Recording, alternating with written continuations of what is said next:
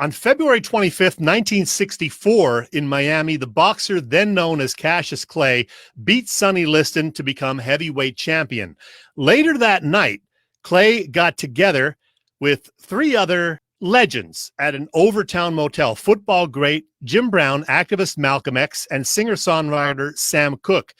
Now, not a whole lot is known for a fact about, what these four guys did while they were hanging out together, these four history-making figures. But the meetup was the basis of a 2013 play by Kemp Powers, which was then made into a movie last year with first-time director Regina King.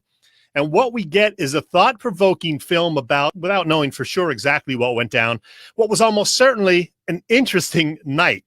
These four intelligent and influential African-American figures of the early and mid-1960s talking about civil rights and their duties as public figures, as well as discussions about music and Malcolm X's passion for photography and, yes, vanilla ice cream. To be honest, there's not a whole lot of action in the movie, but it is nevertheless gripping, and the acting is phenomenal. Aldous Hodge as Jim Brown, Kingsley Ben-Adir as Malcolm X, Leslie Odom Jr. of Hamilton fame as Sam Cooke, and Eli Gorey as a 22-year-old Cassius Clay. Now, of course, less than a year later, Sam Cooke and Malcolm X were both dead, both murdered, in fact.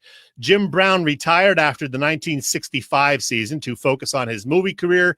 And, well, we all know Muhammad Ali's story. So One Night in Miami is the name of the movie. It will no doubt get some love from the Academy in this year's delayed award season.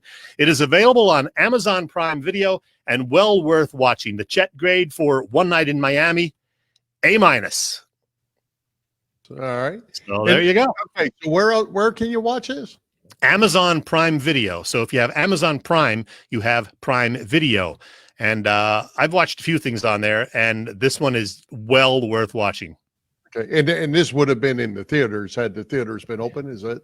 Yeah, it was in limited release in December to qualify for the awards, and it just arrived on Amazon last Friday, the 15th. So Glenn Mack, now I know, watched it last Friday also and reviewed it on the Glenn and Ray show on Saturday. He also loved it, also gave it an A-. And yeah, it's definitely worth seeing, especially for the acting. These guys were all amazing, and just the discussion that we imagine that they would have had spending several hours together that night.